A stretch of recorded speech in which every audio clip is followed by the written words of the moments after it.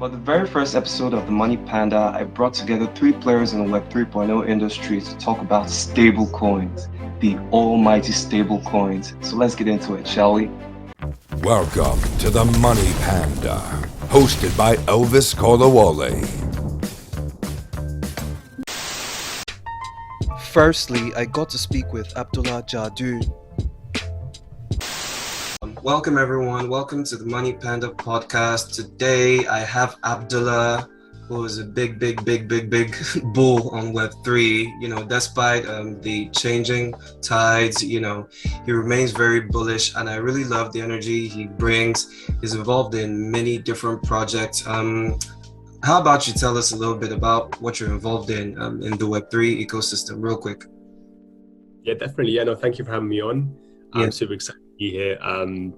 In terms of background on myself. So I've been working in the marketing space, social media primarily, and strategy for Web3 projects. So I've been working with numerous companies and blockchain projects, accelerating their growth, community growth, marketing, social media.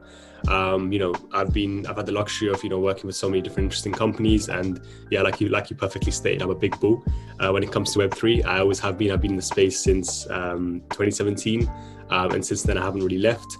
I'm always writing content. I'm always writing research pieces. I recently published my own book. I'm really active in the space, and I'm really passionate about the benefits of blockchain, the benefits of decentralized tech, and how it can open the world, decentralize the world, and unlock the new economy. Excited to be here and excited to chat some more. Awesome. And I believe, of course, your 5 years of experience in the space, and of course all the research you've done put you in a perfect position to give a real objective comment on the topic at hand, which is stablecoins, which I believe is the big elephant in the room when it comes to the Web3 ecosystem.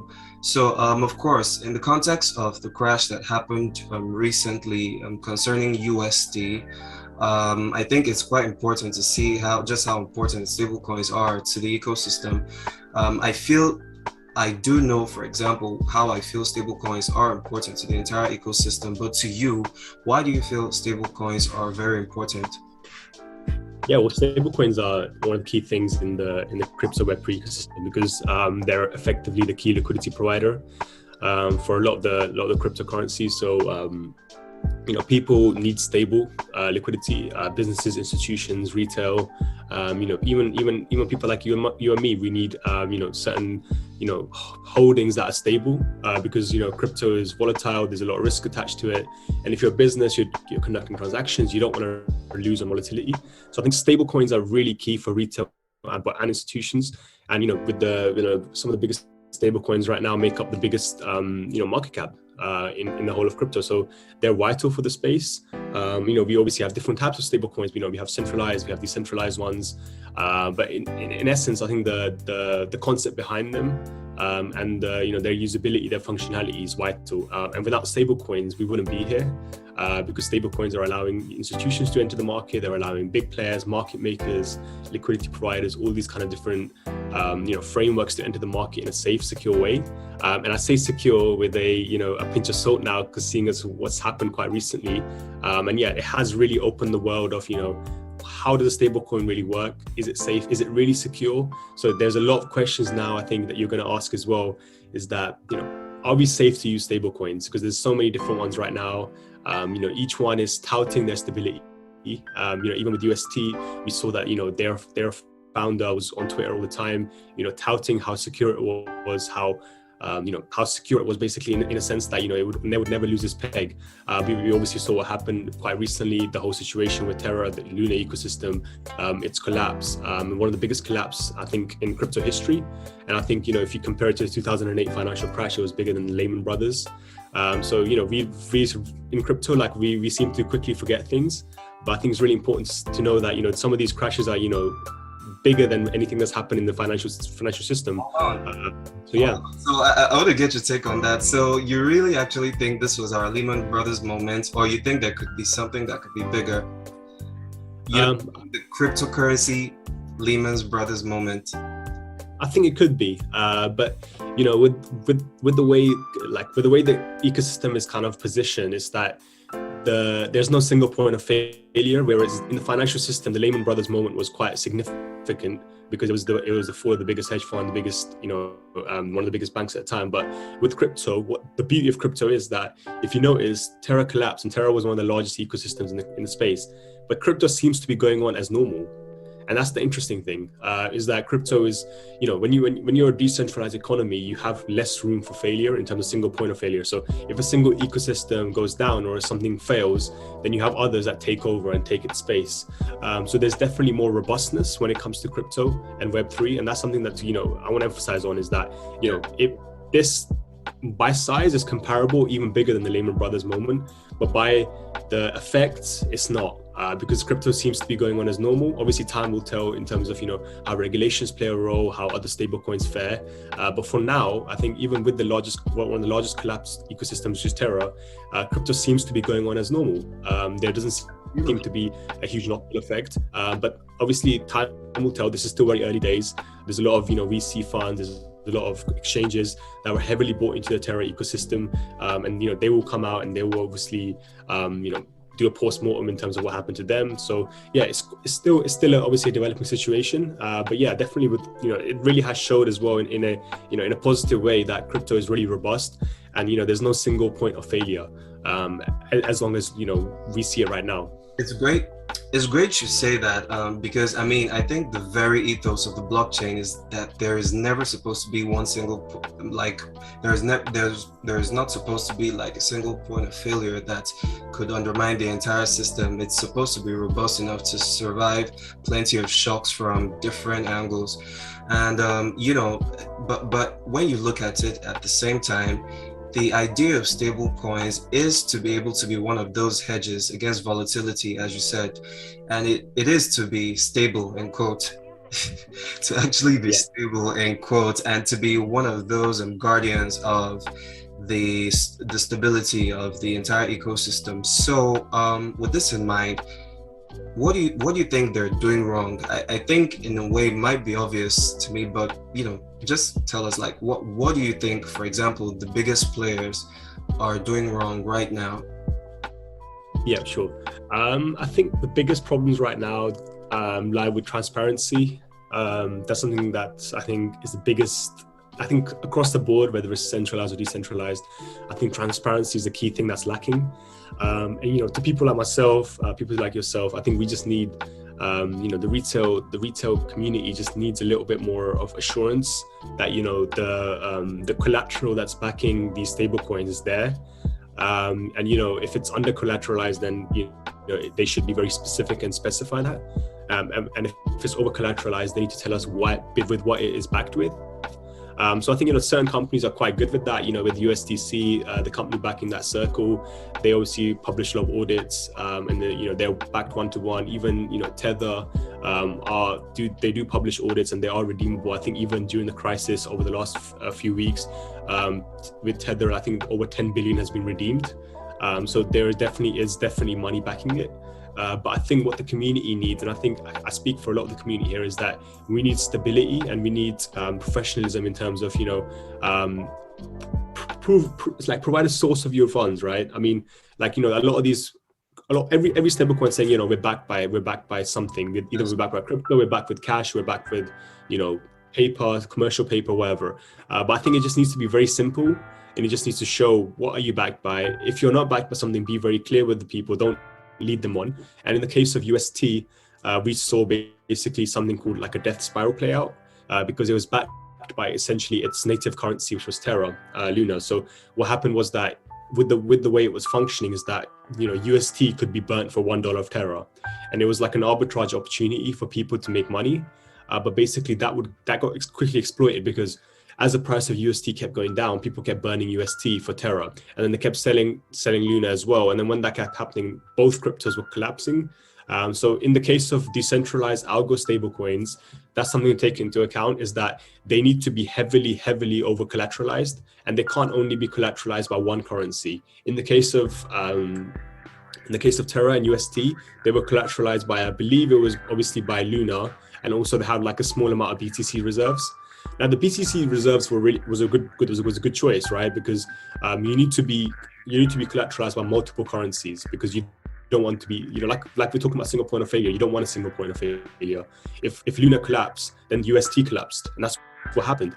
But what you wanted was a lot of other sources of collateral, like BTC, whether it's ETH, whether it could be other like stocks, bonds, anything like that. So you need a wide range of collateral, I believe, and you also need to be over collateralized. You can't just be one-to-one. I believe for a stable. Ideally, of course. Ideally. Yeah, I think up to like 3 to 5 times your market cap, you should be collateralized, because when it comes to algo stables, there's a lot of fluctuations with the market, and you need to know that in the case of slight depegs, you're able to quickly restore the depeg. If you don't quickly restore it, it can be a death spiral moment, and that's what we saw. Yeah. So I want to like point out an example.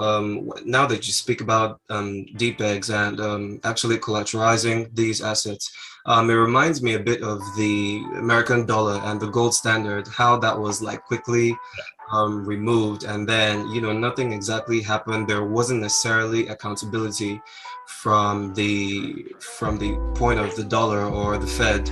And I feel like there might be a similar case where there is a lack of accountability. Say if it turns out that most of these assets simply do not have enough assets backing them, how do you feel we can reverse this? Because I mean, for me, I feel Web 3.0 should be a bit of a new start when it comes to the culture of like financial practices. We should, when we say, okay, something is collateralized by, say, an asset, the asset actually has to exist. When somebody actually audits your firm, at least the audits have to be believable. You have to actually believe that, hey, one US dollar actually backs one stable coin. We actually do have to believe these things, and we do have to believe that there is enough accountability. So what do you think we can do going forward to make sure that we do have accountability, they do fix up on these issues? Yeah, I think you mentioned audits. That's something that's going to be quite crucial. I think audits is going to be one. I think greater accountability is going to be another one as well. That kind of leads into that as well. More responsibility. So we don't want a lot of these founders and a lot of these project holders are they're very cocky. They're very arrogant online on Twitter. That can lead to attacks. I think it was Duquan who basically put out a tweet saying I dare any billionaire to come attack or something like that. Those kind of etched in your memory. Yeah, I mean, and look what happened. So you like this cockiness, this arrogance is not it's not the true flavor of crypto and the Web3 ecosystem. That has to go. I think I touched upon it earlier as when I said professionalism. I think we definitely need a lot more professionalism in the market. And this is where I think, this is an interesting conversation I think we can talk about as well, is that the importance of regulations. A lot of people have been talking about regulation as in they're going to ban everything, they're going to remove everything, but I think some level of regulation and some level of regulatory compliance is needed, especially when it comes to stablecoins. I do feel that stablecoins particularly have to follow a certain amount of they should follow a certain guideline in terms of how they can operate, how they can communicate to the public, how they're backed, and if they're even able to operate in certain countries. So I think stablecoins it's a really specific matter, and I do think some level of regulation is needed, because even with some centralized coins like Tether, there's still a lot of controversy around them, and I think it needs to be put into bed. Because I think even back in 2007, Tether was people were talking about Tether it's not back. There's a lot of controversy around it, and they're still here today. And I do think that Tether is actually one of the most safe, probably one of the most safe stablecoins in the industry. But I think they need to put the controversy to bed. Be accountable, be regulated, and regular audits, and basically just be more inclusive in the ecosystem. It's not about I'm better than you, you're better than me. I think stablecoin providers and stablecoin projects have to come together, and they have to find a way to kind of unite and reduce that single point of failure, and have multi-layer support in terms of you have backups in case that certain things happen. So I think as an ecosystem as a whole, and as crypto as a whole, we need the stability of stablecoins. Yes. To succeed, because without that, then there's too many holes, there's too many doubts, and people are not going to be that. Yeah. Yeah. And okay, now that you speak about regulation, because you're not the only one that mentioned it, I had a guest also that mentioned the possibility of regulation. In fact, he's so pro-regulation that he feels that heavy regulations instead of just moderate regulations is what's required, even though for no other asset aside stablecoins, just because of the liquidity. And of course, you know that, of course, every nascent technology like this is heavily dependent on the stability and liquidity, two very important things. And then for that reason, it feels like the sort of oversight that, say, a central bank denominated currency could provide could soon probably usurp a stable coin, which I think is kind of a shame, because I mean the entire point was to make sure that, you know, we don't have that kind of oversight, or at least the vision of the founders. Or wherever Satoshi is, he must be rolling around thinking, oh my God, there are people out here thinking central banks are going to save us. But then it feels like, you know, that really might be what it takes to like get everybody in line. Do you actually agree with that? Yeah, I mean, in the case of central bank digital currencies, I think they're effectively just like digitalized version of like fiat. Yeah. So I don't think it's Satoshi's vision at all. I don't think it's, you know, I don't think it really is cryptocurrency or blockchain vision at all. It's gonna shit. So that's something completely different. I mean, me personally, I think, you know, it's just it's a spin on, you know, digitalize, you know, the money that you see in your bank, but it's digital. It's a digital, you know, I don't know, you're in Nigeria, I think, I don't know what currency is there, but in the UK, pounds, it's a digital pound. It's just going to be a digital pound. Yeah. But you know, in terms of CBDCs, yeah, I think that it's mostly just going to be a sense of control. But you know, in the case of stablecoins, you know, other guest was talking about, I think I have to agree with it, because I think stablecoins are the one thing that I feel like do need some level of intervention. And I'm not saying, you know, complete intervention. I'm saying, you know, some level of regulation or framework that they have to obey to participate in the market. And that's, you know, I think that's for the security of the people. How many people lost their money in UST? UST was one of the biggest stable coins in the crypto industry. I think it was over 10 billion at one point. I think it may still be over 10 billion of, you know, USD held at that time. That money is all gone now. And, you know, people unfortunately have lost their lives, and people unfortunately have lost their livelihoods. And they've, you know, it's not, you know, it's not a nice situation. Yeah. So those kind of things really do beg like the cryptocurrency community to come together and think, you know, do we need regulation? Because, you know, if this is harming the community, it's going to have knockball effects on other things as well. Yeah. So I think, yeah, definitely people should sit down, have a talk about how, you know, stablecoins should function, because I think we need them. There's no doubt about that. I think everyone can agree that we definitely need them. But how they operate and the frameworks in which they operate is going to be something that needs to be decided, because like right now I think it's like a bit of a mess. You know, there's a lot of, you know, even with Tron, I think you may have seen they came up with their own stable coin, and they're giving out about 40% APY, and Terra was giving out 20% through Anchor. So it's like history could be repeating itself again, and I think we need to stop it dead in its track right now, so it doesn't hurt more people. I don't want to make comments on that, but I mean, well, let's just say I'm not quite the most confident. I don't want to. I'm trying to bash projects and all that, but well, to say, of course, like you said, we really need to reel it in. We do need some organization. I mean, the idea of a decentralized world, I mean, I think it sounds good in theory, but I think this is one of those cases where, you know, heads need to be together, leaders need to come together, form more conventions, more standardized practices that could, of course, protect investors and ultimately protect the ecosystem. So anyway, thank you so much for your time. Thanks so much for having this discussion. This was so interesting. I really love your point of view, and I love this sort of enthusiasm mixed with healthy realism you have concerning future of the ecosystem, because yeah, the realism is important, even though I idealistically I'm still, with the spirit of Satoshi, but some of those things might need to be checked, in order to like guarantee the future of the ecosystem going forward. So thank you so much for your time. Thank you for speaking with me on stablecoins. And we will take this up. I'm very sure we will take this up some more, like some other time. So thank you so much.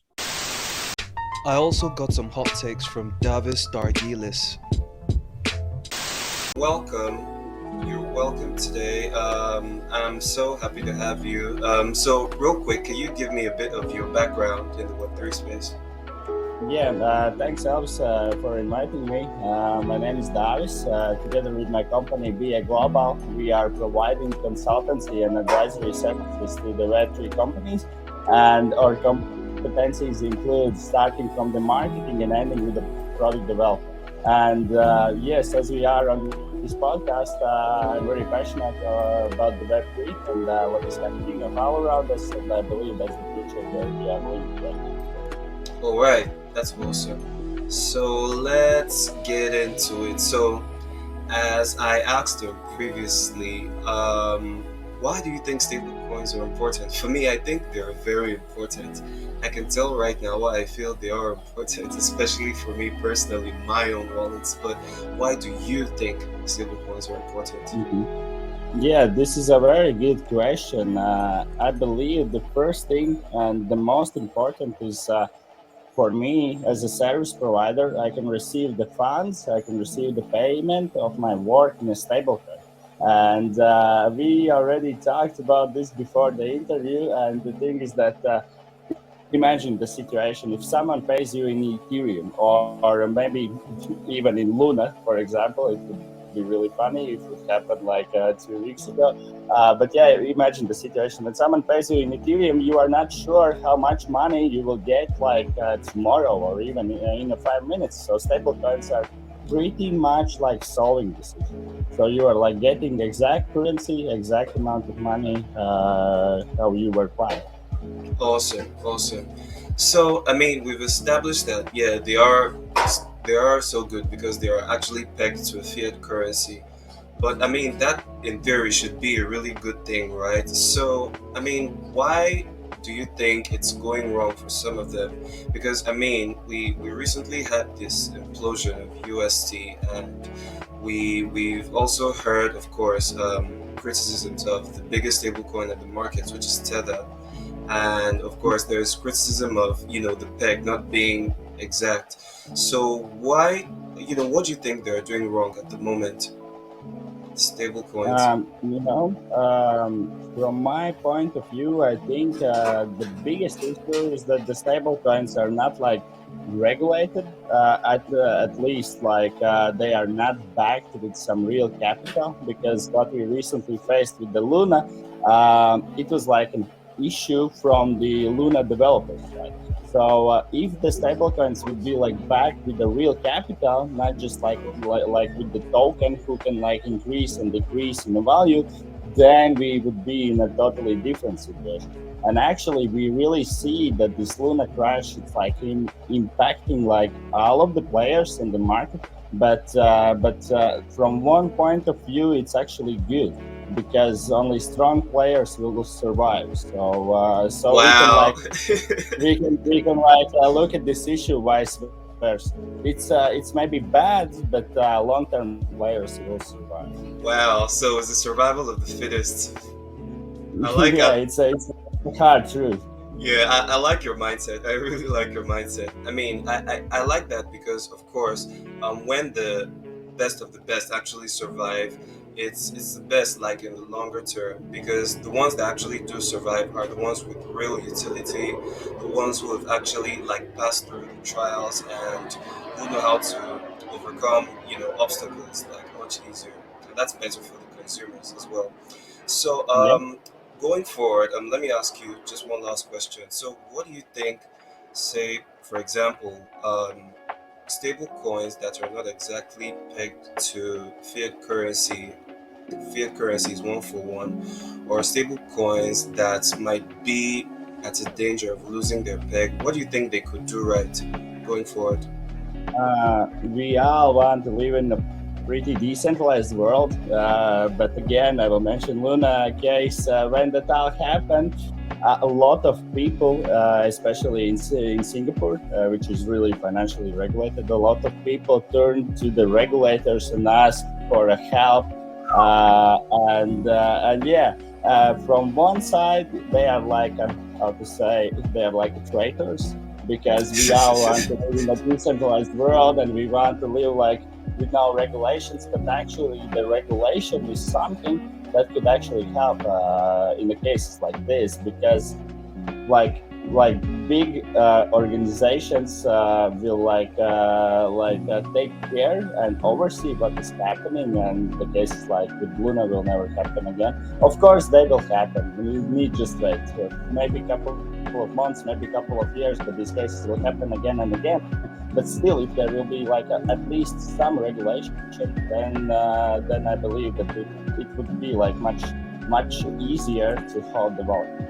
So you believe, say for example, like the stablecoin space becomes heavily regulated by, say, Maybe not. okay, Yeah. I mean, say Yeah. for example, by big players like maybe the IMF, the World Bank, maybe central banks. If it becomes like that, do you think like stablecoins still have that same attraction they will have now? This is interesting question, and I have never thought about this before. But I believe yes, because at the end of the day, it's the only way how you can earn, how you can transfer the same amount, and it will not lose the value. Yeah, I don't think that regulation will decrease the trust in the stablecoin. I believe it will on the other hand, I believe it will even increase because it will bring like cryptocurrency to the regular users. Because right now, yeah, the biggest issue is that people are not trusting for the cryptocurrencies because they are not regulated. But what we see in a recent, I'm living in Europe. I'm from Riga, Latvia, and in Europe, they like puts very heavy regulations on the biggest exchanges in the world, on the Binance, on the Coinbase, on other big players, and at the end of the day, at some point, it all will get regulated. It's just like a miracle that we will like live in a decentralized world. It will get regulated at some point from regulators or from other players. But yeah, I believe that if this industry, for example, stablecoins, if the stablecoins will get like overseen by regulators, then it will bring much more trust for the new users. All right, I understand. I see you do see a world that might be slightly more centralized, even though it's Web3. Yeah, because um, what's happening currently in the Web3 space. I have seen a lot of cases that shows that this world is not like regulated at all. Maybe let's take this case that someone stole Bored Ape Yacht Club NFTs, and then they listed them again at OpenSea, and OpenSea removed them from their listing. Of course, Yes. it's a fraud, and it's not good that you are stealing someone else's MetaMask accesses, but still, if this is a decentralized world, then it should not happen, Yes, and I still understand. someone regulates something all the time, and we need to get used. Yeah, all right, I understand. So thank you so much for your time. I really appreciate your take, and I think this is a really new perspective for me to think about it, and I'm very sure there are lots of people that agree with you. So thank you so much for this, Davis, and I'll see you soon. All right. Robert Drage had quite a few hot takes on the world of stablecoins. Hi everyone, you're welcome to my vlog, and with me here is Robert Drage or Robert Drage. Hi, I don't know if I've everyone. murdered his name. It's Drage.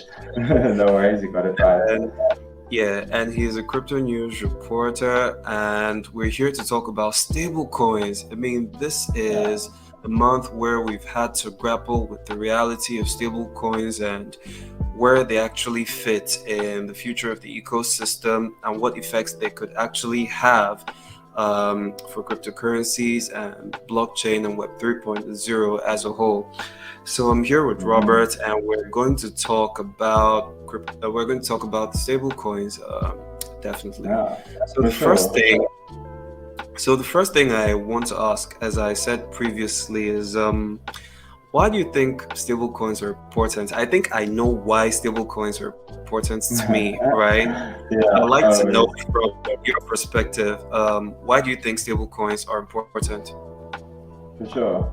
So, stablecoins are very important in the blockchain industry and the crypto industry because they act as a coin that is pegged to something more stable like the dollar or the euro.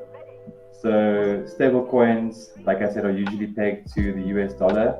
And because in cryptocurrency, generally there's a lot of volatility, as we've seen Bitcoin tumbling from like high $60,000 to below $30,000 now in about 6 months time. So, yeah, so stablecoins are mainly introduced to make sure that like long-term volatility is kind of like not such a big issue with long-term contracts and stuff like that. Also, stablecoins are very important because many exchanges use them if you want to cash out. I know for me in South Africa, I have to move to a stable coin and then convert it into my own currency. So yeah, stable coins, I mean, for long-term contracts, like if you want to borrow or something, you're taking out, you say, I'm having like $1,000 USDT lending, but if in the next 10 months, if we were using Bitcoin, it could be completely different because of the price volatility. And all of a sudden you have to end up adding more assets or more liquidity just because the price of the asset has dropped. So very much the same function as fiat currency, but just a digital form. And yeah, very, very important, I'd say, for like Awesome. growth. Awesome. Yeah, so I mean, you said things I feel people do identify with, which is the provision of liquidity for exchanges, which of course, has its knock-on effect for the entirety of Web 3.0, and of course, hedging against volatility, which is the big one, which I Yeah, guess for sure. is the big characteristic with fiat currencies, why people trust fiat currencies. I mean, these Yeah. things are good, but what could go wrong, right? What could Yeah. possibly go wrong? Well, what could go wrong? I mean, if you've looked at the news recently, you can see that something definitely did go wrong. A lot has gone I wrong, think hasn't Terra it? lost like I think Terra lost something like more than $30 billion just because of the depegging of their stablecoin, Yeah, I mean, USD. it's great you mentioned that because I'm like, what could these stablecoins really be doing so wrong? I mean, let's say we have the case of Terra, that's basically been undone at the moment. We do have rumors of other stable coins not exactly having the reserves to back their assets on paper. Yeah. And, we have allegations of such things across, numerous other stable coins. So what do you think is really wrong here? What do you think is going on here? Yeah. So, like you said, I think one of the big issues in the stablecoin space is the fact that these coins are sometimes the assets that are backing them aren't always that stable. Well, I think in general, some centralized exchanges and centralized stablecoin solutions don't even always share their assets that they use for backing. So only recently, Tether, which is like the biggest stablecoin by market cap, proved that they again are fully backed, and they have different things backing them. So at the moment, I think they increased the amount of T-bills, T-bills being US Treasury bills. So those are like medium to long-term things, which are like a stable way to back your reserve, which is good for Tether. So the assets that you use to actually to like bolster your reserves of your stablecoin need to be very stable. They need to be, like they have to be something that can withstand long term. I mean, there are different kinds of stable coins as well. And then there was an article in the Washington Post recently where they spoke about the Hong Kong dollar, and the Hong Kong dollar is actually pegged to the US dollar, but they trade like 7 point something to the dollar, but they are actually 110% backed by US dollars.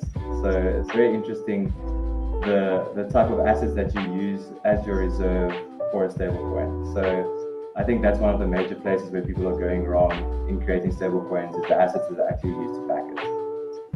Okay, that's fair enough. And a stablecoin should, in theory, be backed by something stable, right? Yeah, I mean, per the name, I would hope so. You really would hope so, of course. Yeah. So, I mean, you did say that, of course, you have some of these assets that are not necessarily backed, that are backed questionably. The Hong Kong dollar that is backed by the US dollar. Well, I'm just thinking, what do you think these stablecoin issuers really could do differently in a way that could foster long-term trust?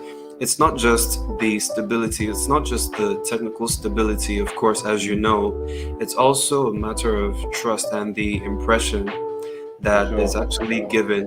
When you have a situation where there has to be audits all the time, it means that there is low trust in the system. And what do you think could be done to foster long-term trust?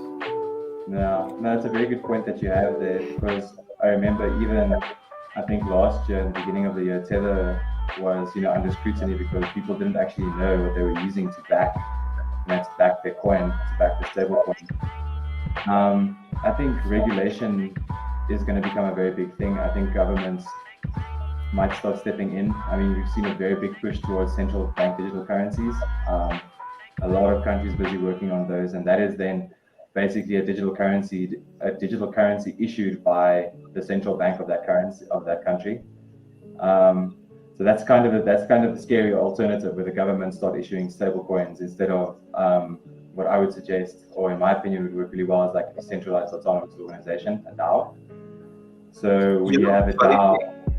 Sorry to cut you off. The funny thing, right now that you just mentioned the central bank denominated currencies, it just occurred to me.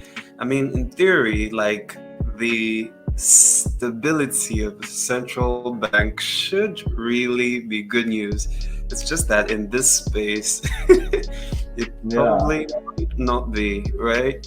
Ideally, like, your central bank would be like a central bank issued digital currency would be more like, there would be a lot more censorship like that. Like, the government would also have a lot bigger overview of that.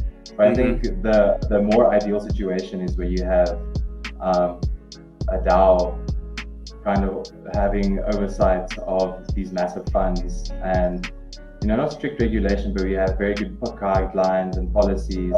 Where you see, okay, this happened to Terra, USDT, or I mean UST. We learn from these mistakes and we do something different.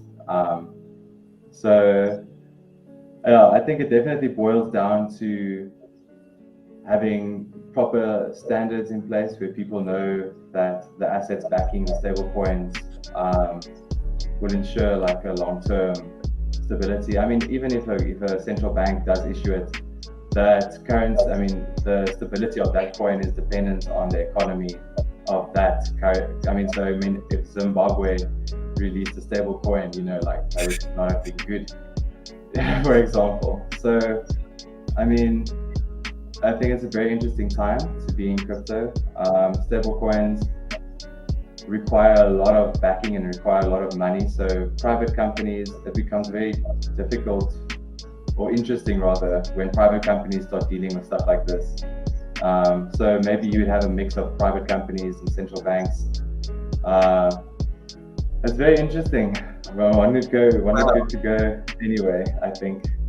Wow, that sounds Yes.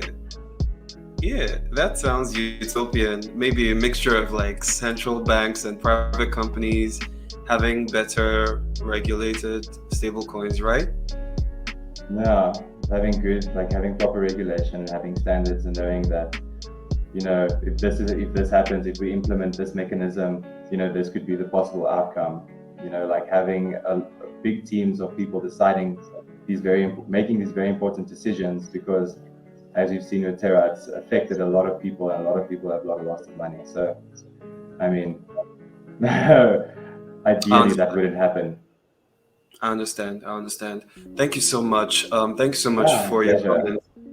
I really feel like, of course, we are, well, perhaps not necessarily at that point where, large scale regulation has to come in, but of course, definitely there is regulations on the way, and because people are going to be scared to lose their hard-earned money through stable coins that turn out to not be that stable. And of course, I Sure. hope, as every Web3 enthusiast, I definitely hope that there's a future where these stable coins are stable enough to guarantee the long-term viability of our entire ecosystem. So thank you so much, For sure. Robert. Thank you so much. Massive pleasure. Thank you for having me. It's been awesome. Absolutely.